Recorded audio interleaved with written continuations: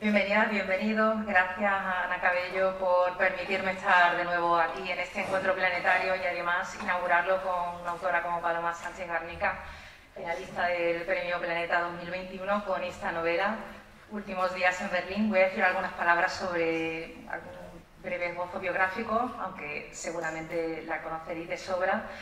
Nacida en Madrid en 1962, licenciada en Derecho y Geografía e Historia, autora del Gran Arcano 2006, La Brisa de Oriente 2009, El alma de las piedras, tuvo además un gran éxito entre lectores. Las tres heridas en 2012, La Sonata de Silencio, una obra por la cual es bastante conocida. En 2014 se hizo una adaptación para una serie de televisión española y supuso también su consagración entre la crítica y los lectores como una escritora de gran personalidad literaria.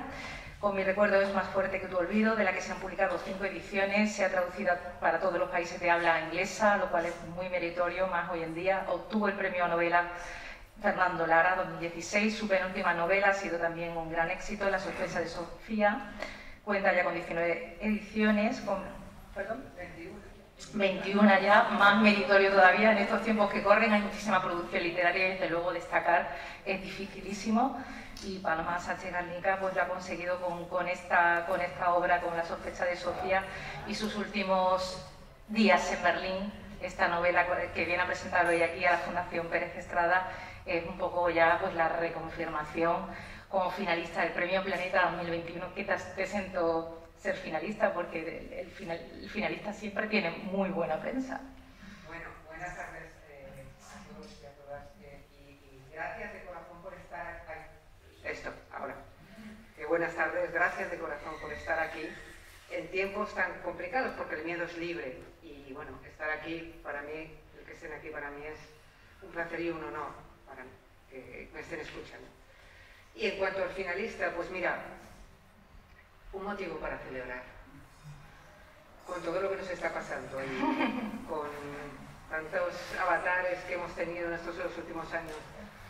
Aquella noche fue cuando Carmen Posadas dijo mi nombre, lo que pensé, porque muchas veces me preguntan qué piensas, y en ese momento antes de levantarme, en esos segundos, pensé, disfrútalo, Paloma, no permití que los nervios me ahogaran o me anegaran ese momento, ¿no? Y lo conseguí, porque la verdad es que fue una noche un poco especial porque nos volvimos a reunir muchos después de 2 años, con autores, con compañeros de oficio, y cuando iba caminando hacia el escenario me encontré con las manos de buenos amigos, de Dolores Redondo, de Javier Sierra, de María Dueñas, de Eva García Servirturi, de Marta Robles.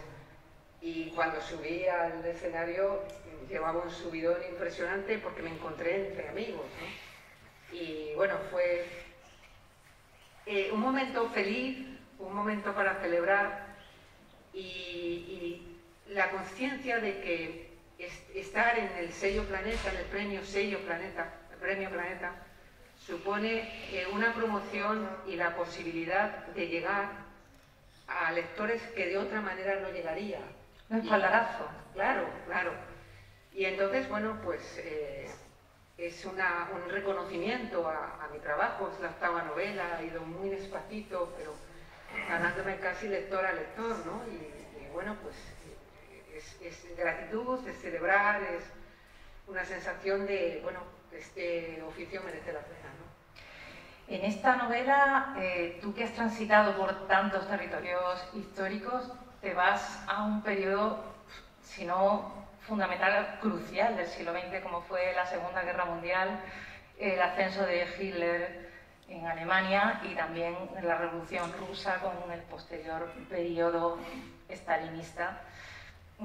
Y antes te decía, antes de empezar, voy a usar una frase que se usa mucho en las redes, pero en el sentido afirmativo, ¿qué podía salir mal con una historia insertada en un contexto tan crucial? Para mí fue complicado porque me daba mucho respeto, porque no quería, de hecho no entro en la Segunda Guerra Mundial, en las trincheras, en el horror del Holocausto, no quería entrar en eso, quería entender los previos, qué falló para que ocurriera lo que ocurrió, qué ocurrió, qué les pasó a la sociedad alemana, a una sociedad culta, a una sociedad estructurada, con una democracia, aunque fuera débil, pero tenía una democracia, la República de Weimar. ¿Qué es lo que ocurrió para que se entregaran de la forma que se entregaron tan rápida? Porque al final Hitler se hizo con el poder en apenas 2 meses. ¿Qué falló para que la mayor parte de la sociedad alemana no solamente la apoyara de forma entusiasta, de forma masiva a este salvador de la patria, sino además que el resto de los países no hicieran nada ante la evidencia de esa ideología, ¿no? Y es lo que me interesaba entender, pero me interesaba entender no a nivel histórico con mayúscula, de los hechos, de los grandes hechos históricos o de los grandes personajes históricos, sino a pie de calle, con historias, entender lo que pasó en la sociedad, gente como nosotros, ¿no? En las familias. Las familias, en las casas de cada uno con sus propios problemas, con sus propias formas de ver la vida, ¿no?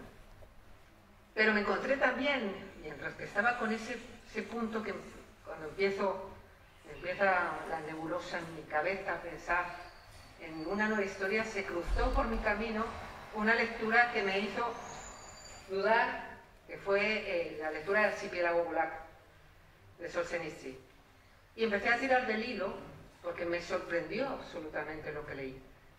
Y leía El vértigo de Evgenia Ginzburg, leí la saga moscovita, y pensé, tengo que contar, tengo que entender esto también. Entonces estuve ahí, que no sabía si tirarme hacia Rusia o hacia Alemania.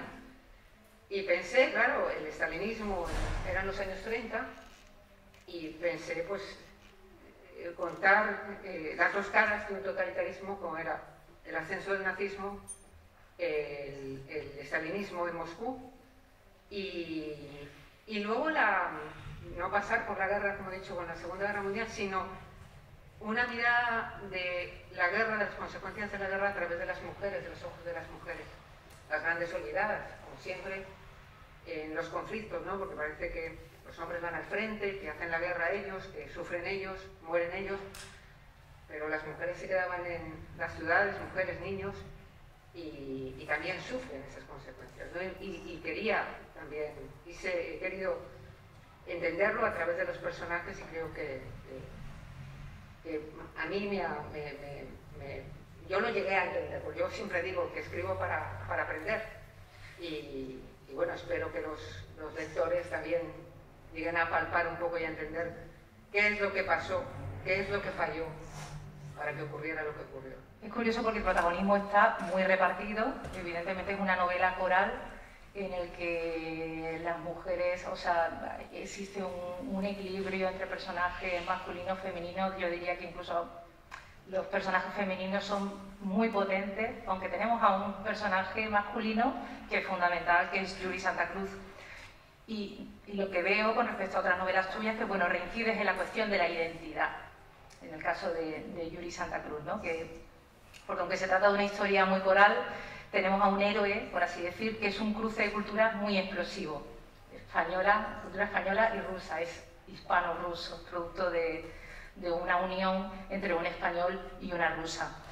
Y quería preguntarte si esa búsqueda identitaria personal parece que es como una constante en tu obra, si ha aparecido aquí un poco a raíz de construir este personaje o o te resultaba inevitable tratando de estos temas concretamente? No te lo sabría explicar, porque cuando a mí se me presenta un personaje se va formando. Y sí es cierto que Yuri Santa Cruz nace un poco de...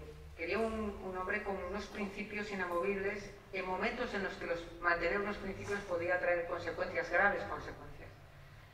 Y releí, porque yo había leído hace mucho tiempo el Dr. Zivago, y reconozco, la primera lectura me pareció un tanto farragosa, un tanto lenta, pero lo que son las lecturas, ¿no? Cuando volví a leerla, a releerla, encontré otro punto en la historia, con esa personalidad del Dr. Zivago, esos principios que él mantiene a lo largo de esos años tan difíciles previos a la Revolución Rusa y durante la guerra civil que se desata como consecuencia de esa revolución, y sobre todo en los años 20,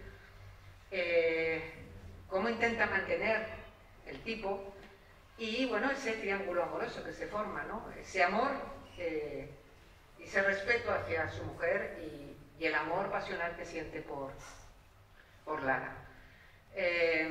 Y bueno, me inspiró un poco el nombre también es un poco el apellido de mi marido y mis hijos, y Yuri es Jorge, y entonces, bueno, pues me pareció un buen nombre, me gustaba el nombre, y empezó a presentarse tal cual. Lógicamente, es que son muchas, claro, dices, es que he pensado, no, porque es como cuando estás haciendo una comida y vas echando ingredientes sin saber exactamente qué va a salir, ¿no? Como te he dicho al principio, me daba mucho respeto meterme en una historia en Rusia, en la mentalidad rusa, porque es muy complicado y escribir de lo que uno no sabe o no comprende puede salir un desastre, puede fallar todo.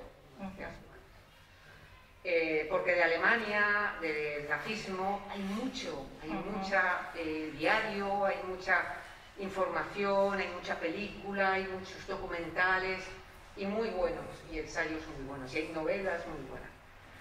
Pero de la mentalidad rusa, del estalinismo, de la revolución, las consecuencias de la revolución, hay, pero es una sociedad distinta, era una sociedad totalmente distinta al concepto que nosotros tenemos de la sociedad. Sí, era un país feudal antes de la revolución. Feudal, la revolución a diferencia de Alemania, que era un país la revolución desarrollado. Fue violenta, no fue como pasó en Alemania, que fue afectada por las masas. Entonces, me daba un poco de temor, pero tengo una prima carnal, que vive en Rusia, en Moscú, desde hace casi 30 años, casada con un ruso, traductora, trabaja en la embajada española de allí, y empecé a hablar con ella. Y bueno, porque claro, es que además los rusos tienen patronímicos, se llaman de una manera y de otra, o sea, era como muy Dios, me daba un poco de temor. Y ella me dijo, yo te ayudo en lo que necesites, para la mentalidad rusa, para la... Sí, para el tema de la nomenclatura de los personajes. Sí, y la mentalidad sobre todo, o sea, porque han cambiado muy poco respecto a hace 100 años. Y bueno, así surgió Yuri Santa Cruz. Es una búsqueda de identidad, porque al final en una novela tienes que contar algo. Tolstói en Ana Karenina decía al principio que todas las familias felices se parecen, las que son infelices cada una son a su manera, ¿no? Pues en una novela no tienes que contar algo, ¿no? Y se trata de buscar un personaje que evolucione o que se rompa y se vuelva a reconstruir, que se reinvente. Es un poco el pálpito que yo necesito para escribir y para contar la historia. En el caso de Yuri Santa Cruz, además, es que representa de alguna manera un pensamiento que recorre tu novela, que es el que el totalitarismo estaba a un lado y al otro, ¿no? Del telón del luego llamado telón de acero, que Churchill llamó telón de hierro, ¿no? Y es como una constante también en el relato. ¿Tú querías que fuese esa un poco la conclusión política de Totalmente, porque tenemos que tener claro que el nazismo fue juzgado, fue condenado, y se sabe todo de él. Sin embargo, de la otra, que yo además estoy con la teoría de Hannah Arendt, Se considera los totalitarismos solo el nazismo y el stalinismo, porque ella entiende que, sobre todo, la base fundamental, a base de otros argumentos, pero la base fundamental es que involucran a la masa de la población en torno a la ideología. No es un dictador y por narices hace lo que yo diga, sino que ellos, los dos, tanto Stalin como Hitler, lo que hacen es involucrar a la sociedad en una masa compacta que tenga un culto al líder o al partido, ¿no? Al partido único. Y bueno, pues entiendo que el estalinismo no ha sido juzgado, se sabe muy poco. No, quizá en los últimos años el Homo soviético. Ha habido mucha condescendencia, hubo mucha condescendencia en los años 30 en la izquierda europea. La gente, bueno, pues pensaba que la revolución había traído la igualdad, el mundo del trabajador, y la realidad era otra, ¿no? Pero eso lo hemos sabido casi después de la caída del muro de Berlín. Y bueno, pues es necesario poner en esa misma moneda las dos caras, porque no se puede ser condescendiente con ninguno, ni con el nazismo, ni con la brutalidad que muchas veces es el comunismo, y en este caso el estalinismo, ¿no? Son sistemas al final totalitarios que hay que conocer y que hay que entender para no volver a cometer los mismos errores, ¿no?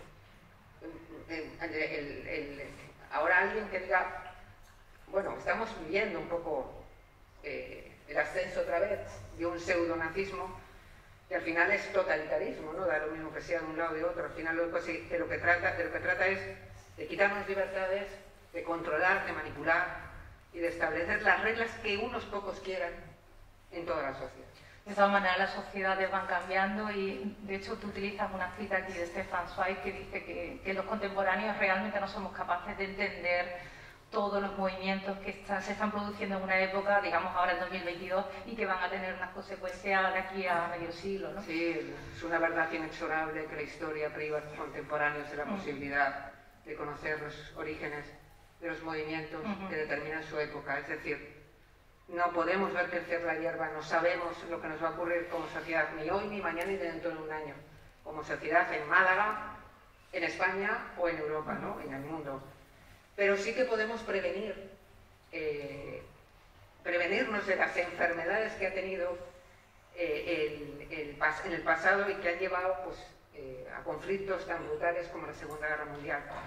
Y en eso sí que tenemos instrumentos, y por eso la lectura, los libros, la ficción de una forma muy amena y muy accesible, nos pueden dar instrumentos necesarios para ese diálogo. Eso me encanta, lo dice Irene Vallejo, y me encanta ese diálogo con el pasado, a través de la literatura, y poder entender ese pasado para comprendernos mejor como sociedad y estar más alertas, estar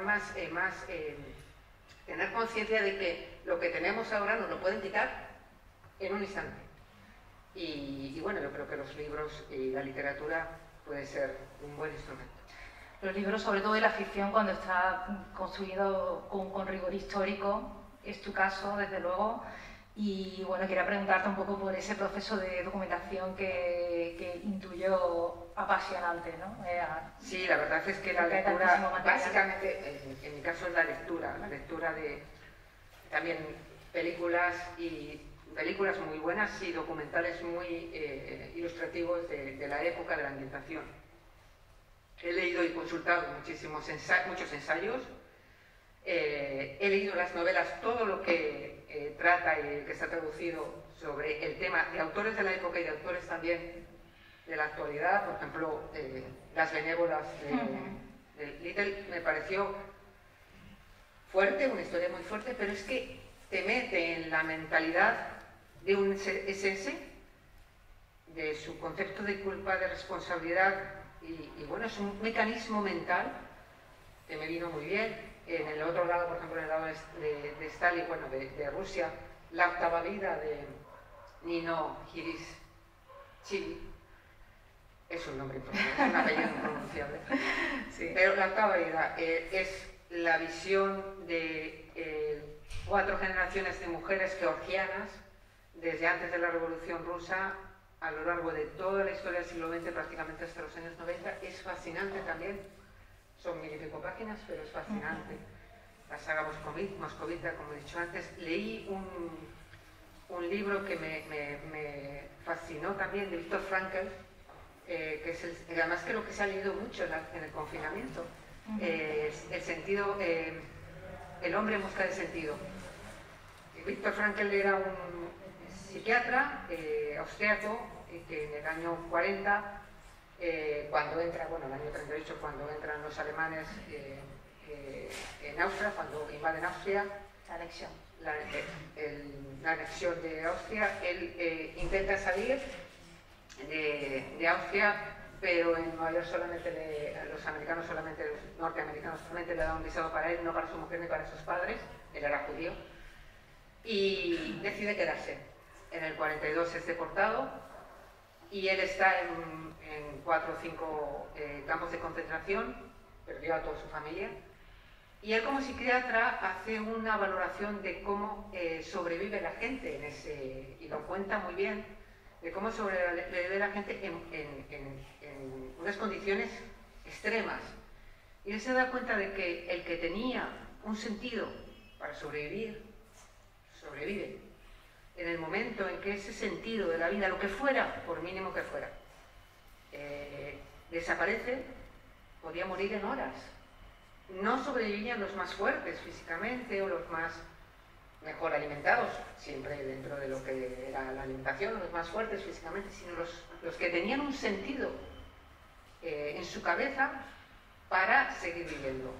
La posibilidad de encontrarse con su esposa, con su hijo, un proyecto de vida, el poder recordar un libro, un poema, es decir, algo. En el momento en que eso desaparecía, se acurrucaban y morían en horas.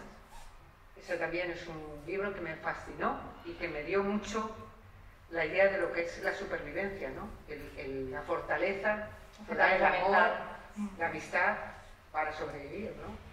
Primo Levi también lo refleja muy bien en la trilogía de Auschwitz. Bueno, Primo Levi es el libro, en ese sentido. Hay muchos también, porque...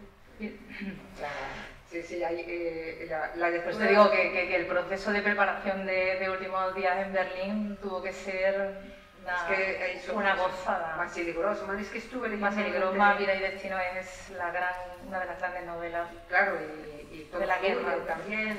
De la Gran Guerra Patria. Es que tenía varias estanterías y luego ensayos sobre la personalidad de Hitler, sobre sus formas, sus maneras, los últimos días, Anónima, una mujer también. De eso hablaremos ahora. Sí. Volviendo a Últimos días en Berlín, a tu novela, que es una novela coral, y creo que es de agradecer que muestre a personajes con convicciones que poco a poco van cediendo a la realidad, como es el caso de una de las protagonistas, Claudia Kahler, una vez que forma parte de este triángulo amoroso, que siempre es una fórmula muy interesante de mostrar las relaciones complejas entre las personas. Claudia Kahler parte de un enfervorizado nazismo para llegar a otro lugar, ¿no? A otro sitio a lo largo de la historia, ¿no? También personajes que traicionan su propia estirpe, como Ernestine, que es de origen judío.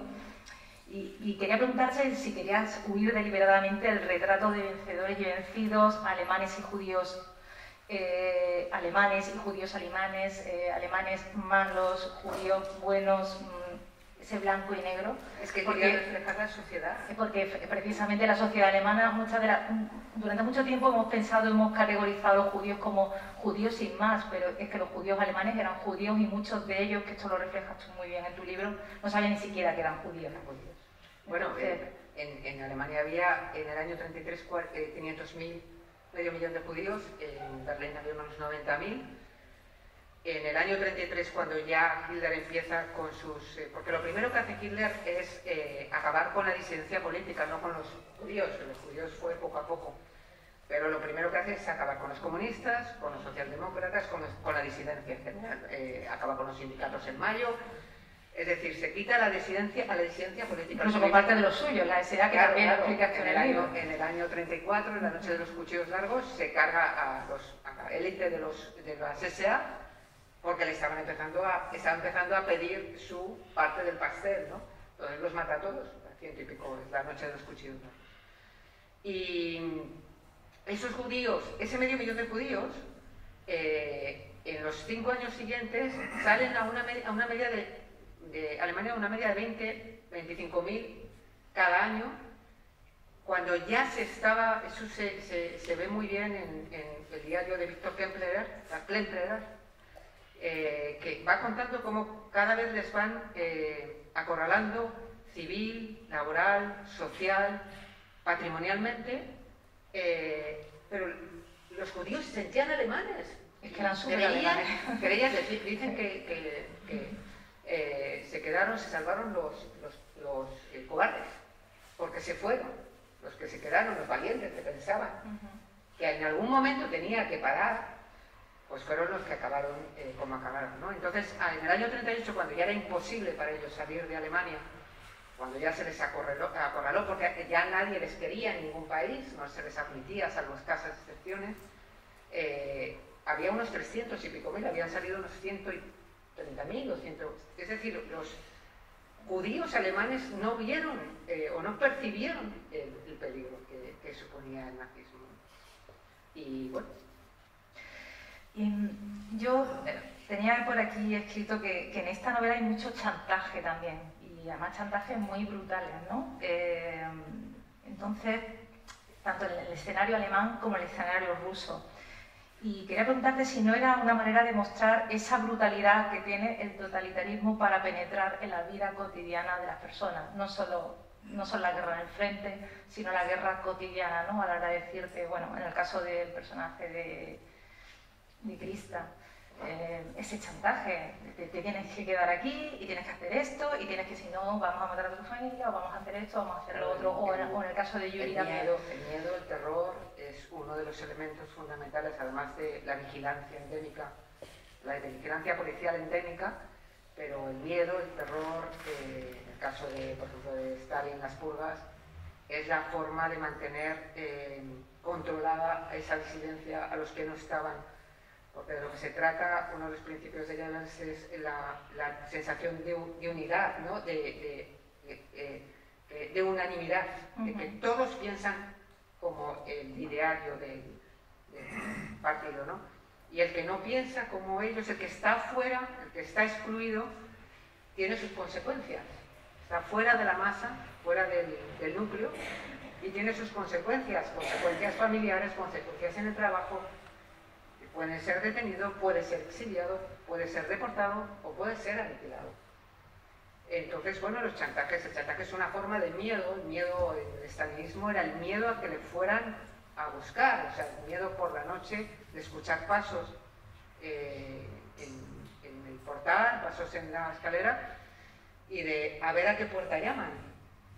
Sí, porque era un poco muy arbitrario, de hecho. Claro, no, era totalmente arbitrario. O sea, tocaba al que además podías estar, había gente que estaba comiendo con Stalin y por la noche estaba detenido y deportado, ¿no? Tanto el stalinismo como el nazismo tienen muchas cosas en común. El stalinismo, el comunismo es la dictadura del proletariado. El marxismo decía que el proletariado representa la humanidad, no se arrogan, la mayoría se arrogan la totalidad. Por tanto, en el momento en el que estás fuera de ese concepto que ellos determinan como obrero, proletario, trabajador, estás fuera del núcleo, por tanto peligro. En el caso del nazismo es la supremacía de la raza, y en el caso de que estés fuera de lo que ellos consideran como la raza aria, estás al margen de lo que es la sociedad civil para ellos. Ambos tienen un partido único, un líder al que hay que servir pleitesía. En ambos casos necesitan el discurso del odio y de crear unos enemigos. En el caso del comunismo son pues, los socialdemócratas, las democracias, los kulaks, que eran los propietarios, los campesinos propietarios, los contrarrevolucionarios, es decir, los disidentes, y las clases privilegiadas anteriores a la revolución y sus descendientes. y si tenías algún contacto con el extranjero. En el caso de los nazis, los judíos, los comunistas, los socialdemócratas, las democracias liberales y los que ellos consideraban subhumanos, es decir, aquellos, desde los gitanos, personas con discapacidad, personas con discapacidad. Los arios, aunque fueran arios, pero si tenían alguna tara física o mental, eran subhumanos, los gitanos, los homosexuales, es decir, tiene muchas cosas en común al final. También hay un personaje homosexual en este libro que representa pues también un poco a esa comunidad perseguida, la homosexual que tenía también su rinconcito ahí reservado. Sí, porque Berlín, concretamente Berlín, no toda Alemania, pero Berlín en los años 20 fue una explosión de libertad, de diversión, de todo, o sea, que era la vida en su más amplio sentido de la palabra, ¿no? Después de la Primera Guerra Mundial, la gente se dejó llevar por los años 20, los locos años 20, ¿no? Y la homosexualidad salió como explosionó. Cuando llegaron los nazis, ahí cambió la cosa. Y claro, tenían que ser arios, hombres fuertes y sanos, que tuvieran una mujer que diera hijos arios, fuertes, rubios y sanos. Era la regla. Me llamó mucho la atención esto del impuesto que les ponían a las parejas que no tenían descendencia o a los solteros. Sí, porque era una obligación. Esto no lo he escuchado yo nunca, me he imaginado que estaría bien documentado, pero tenía que preguntártelo. Era impuestos que se ponían porque... de Alemania estamos hablando. Alemania, sí. En Alemania porque no tenían la obligación de tener hijos. Bueno, hicieron como una especie, además, de granjas de niños. Lebensborn, que es el nombre de alemán mío, pero es granjas de niños, es decir, las mujeres que se quedaban embarazadas o que tenían, que habían quedado embarazadas o incluso mujeres que se dejaban embarazar por hombres de las SS elegidos para tener niños arios, porque la obsesión de los nazis era que nacieran muchos niños, rubios, de ojos azules, la eugenesia, para que formar esa raza y esa superioridad germana, que les importaba, al final no era de nacionalidad alemana, porque cuando entraron en Bielorrusia, en Finlandia, en Dinamarca, todos los niños que eran rubios y con el pelo, los ojos claros, se los llevaban para hacerlos a su propia imagen, ¿no? Citabas antes a Goebbels, del que hay bastantes citas en el libro, cuando Goebbels habla del sustrato preexistente, del complejo de odios y prejuicios tradicionales, ¿no? De usar eso para adoctrinar a la población. Quería preguntarte si a veces acusamos de cierta condescendencia al mirar al pasado pensando que estamos a salvo de esos prejuicios, ¿no? Ese es un peligro, sí, porque el presente a veces es muy soberbio, ¿no? Por así decirlo. Claro, nos creemos superiores. Exentos de que no nos pueden pasar los horrores del pasado, ¿no? Primo Levi, que has hablado antes de él, decía del nazismo una frase brutal. Ocurrió, por lo tanto, puede volver a ocurrir en cualquier momento y en cualquier lugar. No estamos libres de esos, no estamos exentos de esos peligros. No deberíamos bajar la guardia nunca, porque como sociedad estructurada, como sociedad avanzada, estamos en un Estado de Derecho, estamos en Europa, somos una democracia. No nos parece que no nos puede pasar lo que pasó, esas tragedias, ese dolor que sufrieron hace 80 años, ¿no? Y nos equivocamos porque la historia nos demuestra una y otra vez que el ser humano se equivoca. Y en el caso por ejemplo, de Alemania, se cometieron muchos errores y esos errores supusieron un horror para la humanidad, ¿no? Fueron cruciales para la humanidad. No estamos exentos de las tragedias o de los males del pasado.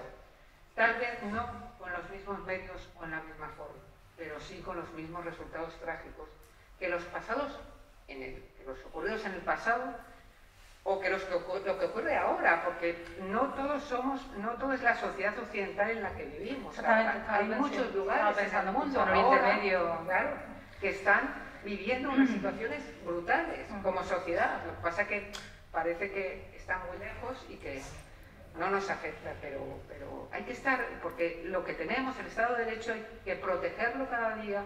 Hay que estar muy alerta, tenemos que ser una sociedad crítica, una sociedad con opinión, una sociedad leída, una sociedad difícilmente manipulable y capaz de plantarle cara al poder que quiera arrebatarnos ese Estado de Derecho en el que vivimos, ¿no?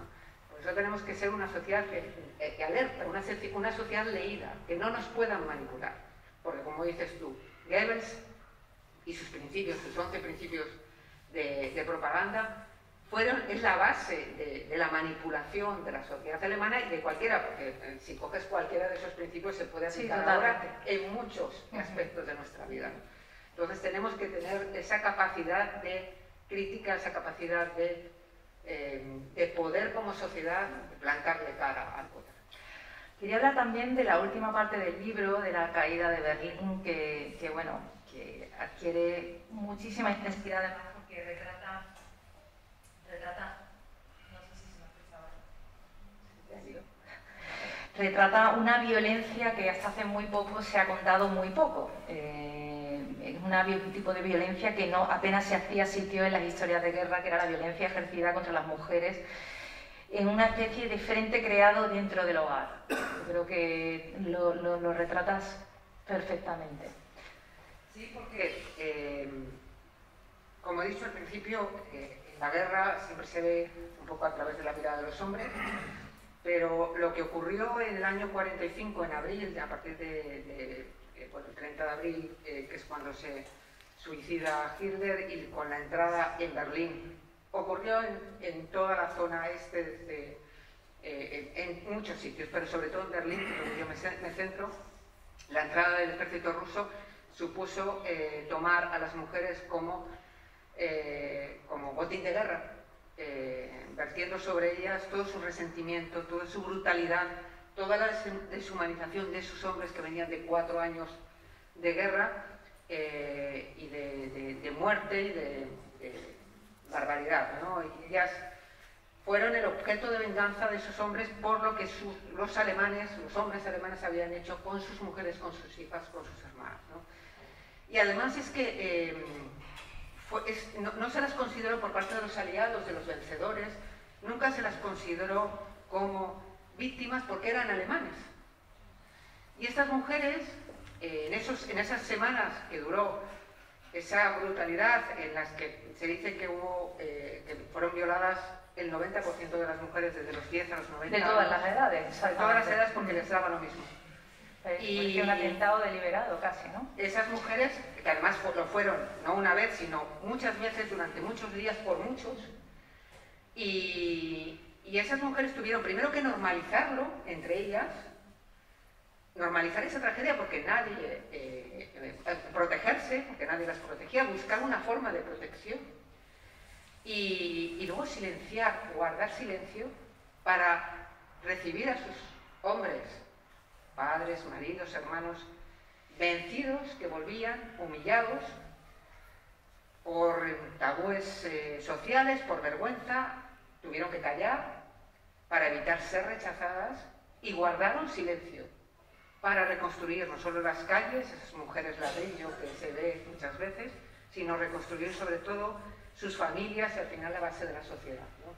Y ese tema se ha mantenido durante mucho tiempo callado y en silencio, porque las mujeres no quisieron contarlo. Lo callaron y lo silenciaron. Y por eso muchas veces se ha dudado de que fuera tal brutalidad, pero en realidad lo fue. Es que realmente fue un frente doméstico, o sea, no estamos en el frente de guerra, pero estamos en una retaguardia igual de violenta, pero además es que y en la cual realmente las posibilidades de defensa eran nulas, porque además son nulas y tienes que recurrir pues a cosas que cuentas tú en el libro, a estrategias de supervivencia, de protección, la forma de protegerse, ¿no? Tremenda, ¿no? Buscar un macho alfa para protegerse. Exactamente. ¿No? Pero sí que es verdad que, bueno, bueno, yo intento contar la realidad, pero la Segunda Guerra Mundial no hay que olvidar que fue la primera vez que no se respetó a la población civil y se utilizó los bombardeos y los ataques a la población civil, que son mujeres, niños y ancianos, como arma contra el enemigo. Berlín quedó prácticamente destruido porque durante semanas estuvo siendo bombardeado de noche y de día, las 24 horas, durante semanas. O sea, vivían días enteros metidos en sótanos, con el miedo de saber que los rusos llegaban, porque, claro, oían lo que estaba pasando por el este, en Prusia, que llegaron antes, y sabían lo que pasaba, lo que les iba a pasar a las mujeres, ¿no? Entonces, ese miedo, esa sensación de bombardeos, de lanzallamas, los órganos de Stalin que llamaban, ¿no? Esos lanzallamas brutales, y dicen que había miles de cadáveres debajo de los escombros y que se han quedado. Entonces ahora, cada vez que hacen obras, siempre aparecen huesos, restos, porque se enterraron, bueno, pues quedaron ahí, ¿no? Durante años. En el año 46 y en el año 47 seguía habiendo ruinas y seguía habiendo escombros, debajo de los escombros seguía habiendo muchos cadáveres. Debió de ser brutal ese final de la guerra. Me gustaría, bueno, darle paso al público, si alguien quiere hacerle alguna pregunta a Paloma, porque son las 7:20 casi, y nos gustaría también que hubiese tiempo para que ella pudiera firmar ejemplares de Últimos Días en Berlín. ¿Alguien quiere hacer algún comentario o alguna pregunta a la autora o una intervención? Madre mía. Ay. Espera, mira, te van a dar un... Yo quería saber qué pasó con Tania. Con Tania. Ah. Tania es la hermana de Yuri, ¿no? No. ¿Katia? ¿Katia? Katia. Sí. La que cogió en el apartamento, la que tenía el apartamento que se lo dejó para que se... Pues como... No se puede decir nada de ella. Claro, pero seguramente pues moriría en uno de los gulags o en uno de los campos de concentración. Es que no me acordaba, así que es verdad, sí. Tania, cuando me has dicho Tania... Pues seguramente moriría o acabaría con su vida como otros muchos millones, ¿no? De agotamiento, de frío, en los campos estos, bueno, en Siberia, en estos campos de trabajo que tenían, porque es donde la llevan, ¿no? ¿Alguna...? Por ahí. Es que ya se me olvidan los nombres. Se van yendo. A mí se me había olvidado Tania, pero es verdad, un personaje muy breve, pero sí, muy tierno. Sí, y muy fundamental. Sí. Lo que pasa es que es un personaje secundario en un momento. Dime.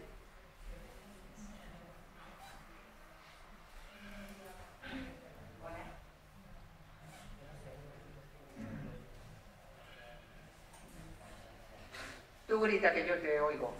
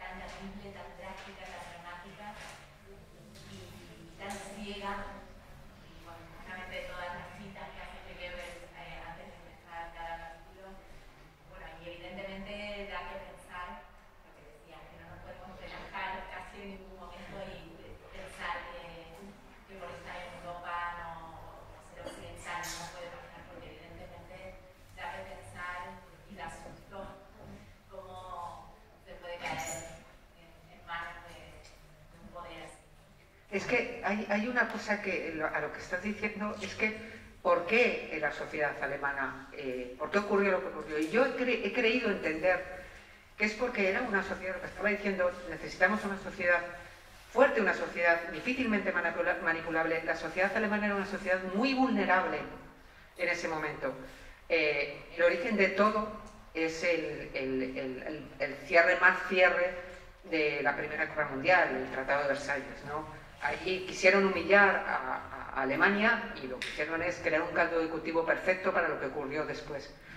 Y en los años 20, bueno, la sociedad alemana tuvo muchísimas crisis. Cuando empezaba a remontar económicamente como sociedad, fue el crash del 29 que fue uno de los países que más le afectó porque dependía mucho de créditos y del dinero de esas bolsas que quebraron, de esas empresas que quebraron, y se vieron otra vez abocados en el año 30, en el año 31, a una sociedad muy vulnerable social, laboral, muy polarizada políticamente. Es decir, Hitler lo que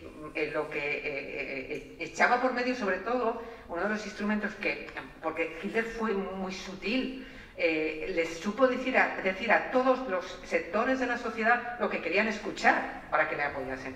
Y una de las cosas que alentaba era que el comunismo, iban a venir los comunistas, los bolcheviques, les iban a quitar todas las empresas, las casas y tal. Esa polarización que había entre el peligro del bolchevismo, de la revolución rusa que podía entrar, estuvo a punto de hecho de entrar, de instalarse en el año 19, la otra parte del nacionalismo, ultranacionalismo, de Alemania, la Alemania unida, la Alemania fuerte. Al final lo que ocurrió es que ganó la parte nazi, ¿no? La parte de la Alemania fuerte, la superioridad racial. Y lo pilló lo consiguió entrar. El primer gran fallo, el primer gran error fue con lo que empieza la novela, el nombramiento de Hitler como canciller por parte del presidente Hindenburg, y que pretendió con eso, con Papen, consideró que le iban se subestimó a Hitler, que le iban a controlar. Ese fue su gran error, le dieron la llave. A partir de ahí estableció, bueno, lo del incendio de Reichstag, echar la culpa a los comunistas, meter a todos los comunistas en la cárcel. No pudieron hacer la campaña electoral. Tampoco ganó las elecciones, ganó por mayoría, pero no tenía mayoría. Pero ya allí, en el teatro en el que se hizo en la primera reunión como gobierno, allí ya les dijo a los católicos, a los conservadores y a los pocos que quedaban socialistas: o pasáis por lo que yo diga o se acabó la historia. Entonces, bueno, ese fue el primer error, pero al final Hitler decía y hablaba lo que la gente necesitaba escuchar en una sociedad vulnerable, muy fácilmente manipulable. Se crearon en esa época se fabricaron unas radios muy baratas para que tuvieran radio en todos los rincones de las casas alemanas, para que escucharan constantemente los principios de Goebbels, ese gran manipulador que fue el cerebro para hacer de la sociedad alemana una masa compacta y enfervorizada con respecto de Hitler. Se le endiosó hasta el año 39, el año 40, 41. Empezó a quebrar la cosa cuando Stalingrado ya empezaron a ver que caían los alemanes, que caía su gente como moscas, claro. Y ya empezó a verse ahí la debilidad. Pero durante esos años Hitler era Dios en una sociedad muy vulnerable. Y gracias por vuestra lectura. Yo quería preguntarte, la Segunda Guerra Mundial normalmente se inicia, ¿no?, con la invasión de Polonia. Hoy están las tropas rusas en la frontera con Ucrania y lo que vaticina algunos políticos es que en breve se producirá una invasión semejante y que tiene que haber una respuesta por parte de la OTAN. Quería que hiciera una valoración sobre eso por un lado, y después otra cosa. Cuando hablamos de la Segunda Guerra Mundial, entiendo el fenómeno que dice de que Hitler poco a poco se fue haciendo con el poder de todas las instituciones y demás. ¿Y qué pasó para que el pueblo alemán le siguiera fielmente hasta el final, ¿no? Bueno, yo creo que cuando un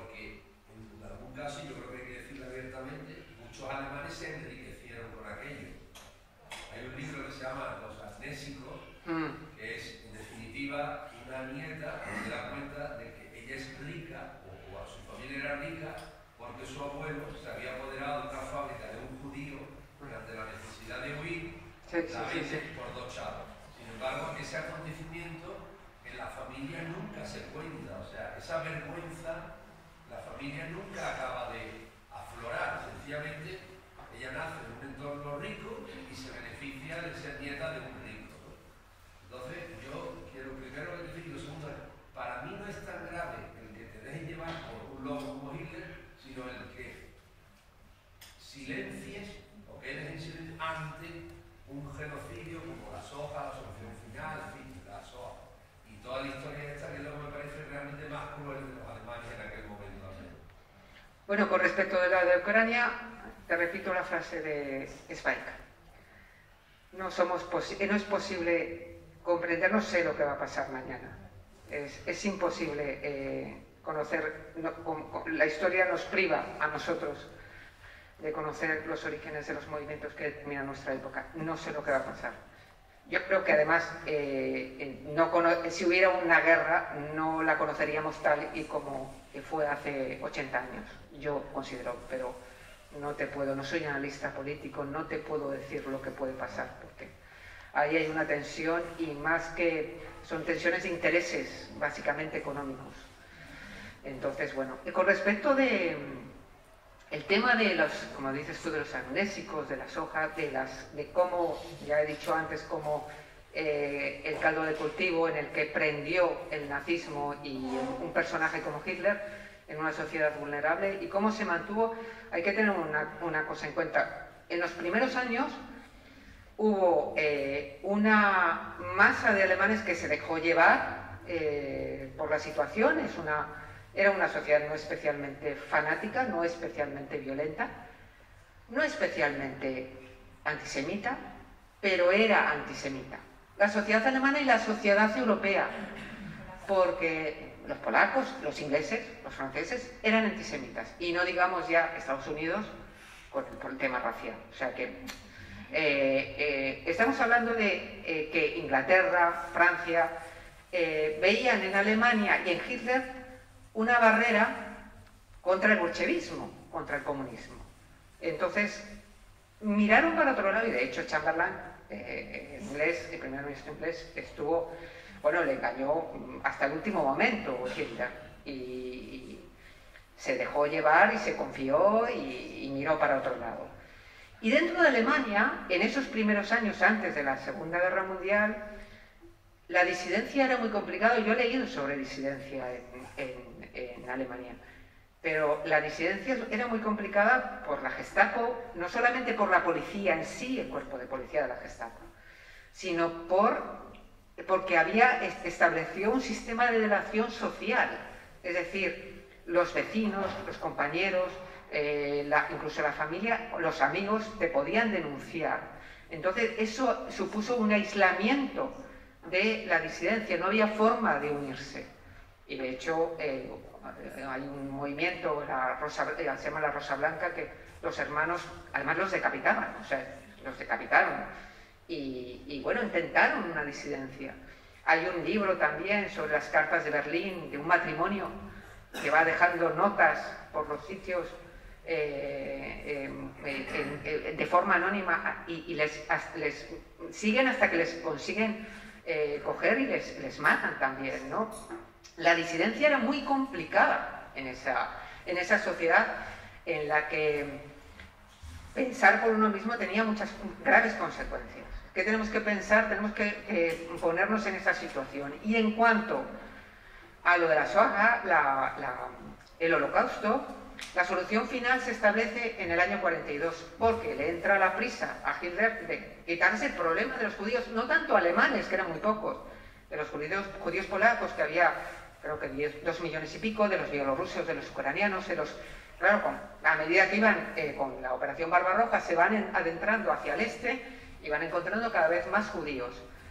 Y tenían que hacer algo con ellos, porque les enterraban, pero... Perdona, Paloma, porque lo estaban matando a tiros. Claro, les mataban de leche en Polonia. Y tenían prisa por quitárselos de encima. Acelerar la maquinaria, precisamente, por una cuestión Entonces, física. eso lo sabían.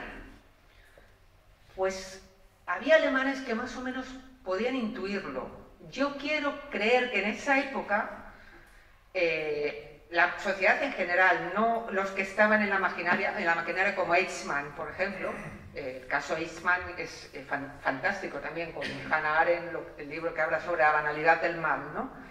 un hombre corriente, un hombre normal, no un monstruo, no un hombre fanático, no, un hombre normal que en un momento determinado le ponen al mando de organizar los trenes que llevan a los judíos a los campos de concentración. Era el alma de la comunicación en cuanto a esto. Y él sabía lo que estaba pasando, pero era un engranaje dentro de una maquinaria. No se trata de justificar, se trata de tratar de entender para no caer en eso mismo. El resto de la sociedad, pues había algunos que sí lo sabían, había otros que lo intuían y había otros que se enteraron con el tiempo. Y yo creo que la negación del Holocausto es una minoría, es como lo de las vacunas, ¿no? Parece que hay más, pero yo creo que negacionistas del Holocausto hay pocos. Y tenemos que pensar también que el Holocausto fue no los alemanes, los judíos alemanes, sino los judíos, sobre todo polacos, ucranianos, bielorrusos, los judíos que se fueron encontrando la Wehrmacht en su adentramiento hacia el este y tratando de conseguir ese territorio para esa sociedad que pretendía ser la superior, la sociedad superior, la sociedad suprema, ¿no? Que era la alemana. Paloma, vamos a cortar de aquí porque necesitamos tiempo para que ella pueda firmar ejemplares de la novela. Muchísimas gracias al público por intervenir y por estar tan atento. Paloma, muchísimas gracias por venir. Muchísimas gracias. Gracias a Isaac también.